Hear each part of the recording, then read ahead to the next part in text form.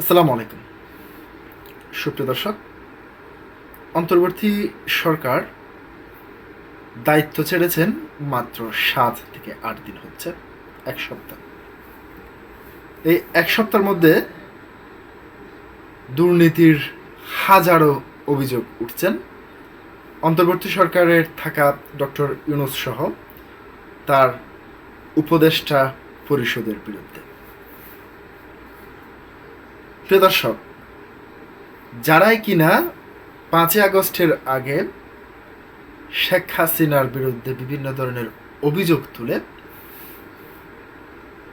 শেখ হাসিনাকে তাড়িয়ে নতুন বাংলাদেশের স্বপ্ন নিয়ে যাদেরকে আমরা বসিয়েছিলাম, যেই ইউনূস সরকার বিশ্ব নোবেল লরিয়েট হিসেবে যিনি খ্যাত, সেই ডক্টর মোহাম্মদ ইউনূস থেকে শুরু করে তার উপদেষ্টা পরিষদের দুর্নীতির বিশ্ব রেকর্ড করেছেন। ইতিমধ্যে আমরা দেখতে পেয়েছি দুর্নীতি দমন কমিশনে অধ্যাপক মোহাম্মদ ইউনূস সহ আইন উপদেষ্টা আসিফ নজরুল এবং রেজওয়ানা হাসান সহ যে সমস্ত উপদেষ্টারা রয়েছেন, প্রত্যেকের বিরুদ্ধে হাজার হাজার অভিযোগ জমা পড়ছে। কারো বিরুদ্ধে মামলা বাণিজ্যের অভিযোগ, কারো বিরুদ্ধে টাকার বিনিময়ে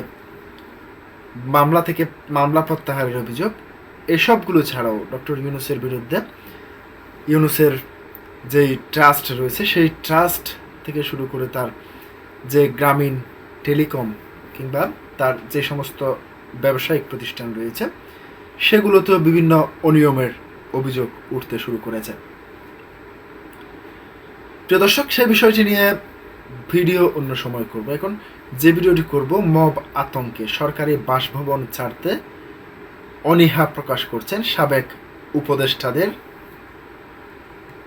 অনেকেই। আপনাদেরকে একটি কথা বলে রাখি, এই মব কালচার সৃষ্টি করেছেন কারা?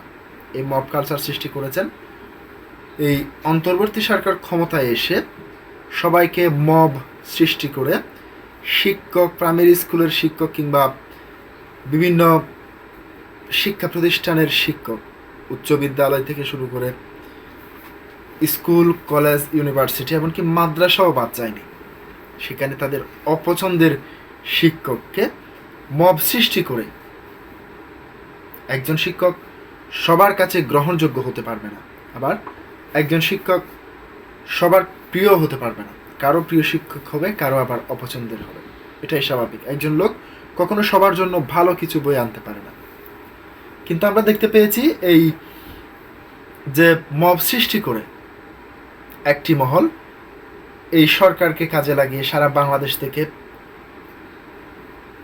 হাজার হাজার শিক্ষককে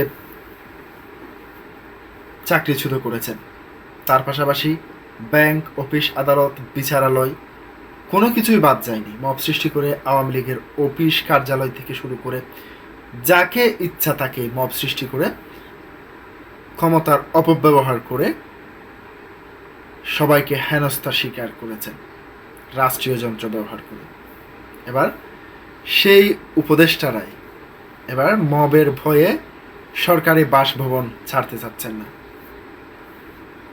ক্ষমতা কারো চিরস্থায়ী নয়। আজকে যারা ক্ষমতায় আছেন হয়তো 5 বছর পর তারা আবার ক্ষমতায় না আসতে পারেন, এটাই স্বাভাবিক। কিন্তু এই যে আপনাদের কর্মকাণ্ডগুলি, এই কর্মকাণ্ডগুলি কিন্তু ভবিষ্যতে আপনাদের জন্য এই ধরনের অপমানজনক বিষয় হয়ে দাঁড়াবে।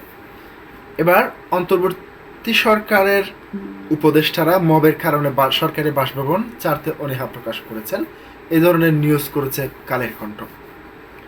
সাবেক অন্তর্বর্তী সরকারের আমলের বিচার বহির্ভূত হত্যাসহ মানবিক অধিকার লঙ্ঘনের ঘটনাগুলো দেশীয় ও বিদেশি মানবাধিকার সংস্থাগুলোর প্রধান উদ্বেগের বিষয় হয়ে উঠেছিল। এই সরকারের প্রধান উপদেষ্টা অধ্যাপক মোহাম্মদ ইউনূস সহ উপদেষ্টারা বারবার দলমত নির্বিশেষে নাগরিকদের মানবাধিকার সুরক্ষার প্রতিশ্রুতি দিয়েছিলেন। এ নিয়ে নাগরিকদের মধ্যে আশাবাদ তৈরি হয়েছিল। তার বড় কারণ সাবেক অন্তর্বর্তী সরকার এমন কয়েকজন ছিলেন যারা দীর্ঘদিন ধরে মানবাধিকার নিয়ে সোচ্চার। বাস্তবে এই জনপ্রত্যাশা বা আশাবাদের বাস্তবায়ন যে হয়নি, অন্তর্বর্তী সরকারের 18 মাসে সার্বিক মানবিক চিত্র খুব পরিষ্কার করে সেই সাক্ষ্য দিচ্ছে। মানবাধিকার সহায়তা ও স্বাস্থ্য হিউম্যান রাইটস সাপোর্ট সোসাইটির 4 ফেব্রুয়ারি প্রতিবেদনে উঠে এসেছে, গত 17 মাসে রাজনৈতিক সহিংসতা, মব ভায়োলেন্স, সাংবাদিক নির্যাতন, মত প্রকাশের স্বাধীনতায় হস্তক্ষেপ, সীমান্ত হত্যা ও আইনশৃঙ্খলা পরিস্থিতির অবনতি সহ নানামুখী মানবাধিকার লঙ্ঘনের ঘটনা ঘটেছে। এছাড়াও নিউ ইয়র্ক ভিত্তিক মানবাধিকার সংস্থা হিউম্যান রাইটস ওয়াচের বার্ষিক প্রতিবেদনে মব সহিংসতা এবং সন্ত্রাস বিরোধী আইনের ব্যবহার, রাজনৈতিক বিবেচনায় হাজারো মানুষের গ্রেপ্তার এবং বিচারহীনভাবে আটকের ঘটনায় উদ্বেগ প্রকাশ করেছে। গত অন্তর্বর্তী সরকারের আমলে ক্রসফায়ার এবং বন্দুক যুদ্ধের নামে বাহিনীগুলোর বিচার বহির্ভূত হত্যাকাণ্ডর কমলেও আইন শৃঙ্খলা রক্ষাকারী বাহিনীর সঙ্গে সংঘর্ষে এবং হেফাজতে থাকা অবস্থায়ও এই নির্যাতনে 17 মাসে প্রায় 60 জনের নিহত হয়েছেন। কারাগারে মৃত্যু হয়েছে প্রায় 127 জনের, এর মধ্যে রাজনৈতিক বন্দীও রয়েছেন। অন্তর্বর্তী সরকারের আমলে সব সহিংসতা এবং গণপিটুনি ছিল নাগরিক উদ্বেগের প্রধান কারণ। HRSSAW 2 সংস্থার প্রতিবেদনে মব সহিংসতা নিয়ে উদ্বেগ প্রকাশ করা হয়। এ সময় মব সহিংসতা এবং গণপিটুনিতে 413টি ঘটনা এবং 259 জন নিহত এবং 313 জন আহত হয়েছেন। দেশের আইনের শাসন, বিচার ব্যবস্থা এবং পুলিশ নিয়ন্ত্রণ যে কতটা ভঙ্গুর অবস্থায় পৌঁছায়, এই তথ্য তারই প্রতিচ্ছবি।